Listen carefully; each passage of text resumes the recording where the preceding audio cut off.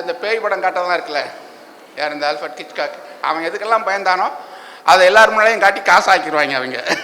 அந்த மாதிரியான ஒரு ஹெல்த்தியான ஒரு உலகிலுக்கான வேலையாக அது இல்லை.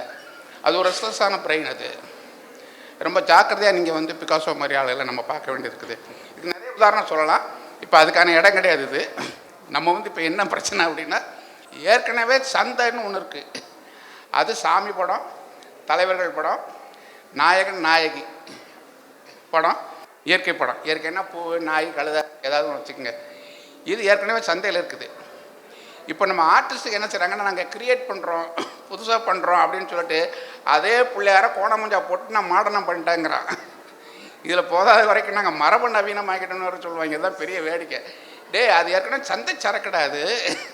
நீ நான் யாராக இருக்கிறேன், இந்த சமூகத்துக்கு எனக்கு என்ன உறவு, இந்த ப்ரெசன்ஸை நான் எப்படி செலிப்ரேட் பண்ணுறேன் அப்படிங்கிற ஒரு வார்த்தையாவது, ஒரு கோடாவது உன்னுடைய கேன்வாஸில், உன்னுடைய பேப்பரில் இருக்குதா? நம்ம அது குறித்து பேசலாம். அதை விட்டுவிட்டு ஏற்கனவே கடைகள், சந்தைகளுக்கு, இந்த கேலரிக்கெல்லாம் படம் போட்டு நிப்பிக்கிட்டு இருப்பாங்கல்ல, அது மாதிரி போட்டு அவர் நான் க்ரியேட்டிவாக பண்ணுறேன், வித்தியாசமாக பண்ணுறேன்னு. அதாவது அவர் டெக்னிக்ஸே அவர் என்ன பண்ணுறாருன்னா, ரொம்ப க்ரியேட்டிவாக, ரொம்ப சிந்தனை வயப்பட்டதாக அவர் சொல்லிகிட்டு இருக்கிறாரு.